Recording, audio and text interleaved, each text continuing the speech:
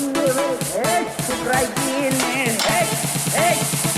геть з України, москаль. Слава Україні!